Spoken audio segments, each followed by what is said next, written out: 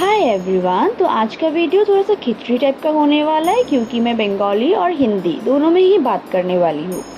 এই ভিডিওটা হচ্ছে গিয়ে আমার দিদার বাড়ি বিপদনাশিনী পূজার।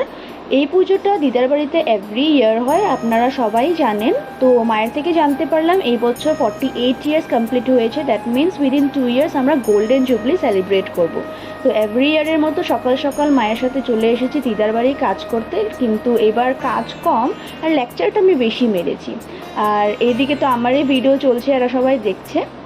আর এডিট করতে গিয়ে জানতে পারলাম আমার কাছে না পুজোর বেশি ক্লিপসই নেই। তার কারণটা হচ্ছে গিয়ে আমি এবার পুজোটা ফুললি এনজয় করেছি, ভাই বোনদের সাথে টাইমটা স্পেন্ড করেছি, যেটা খুব কমই করতে পারি আমরা।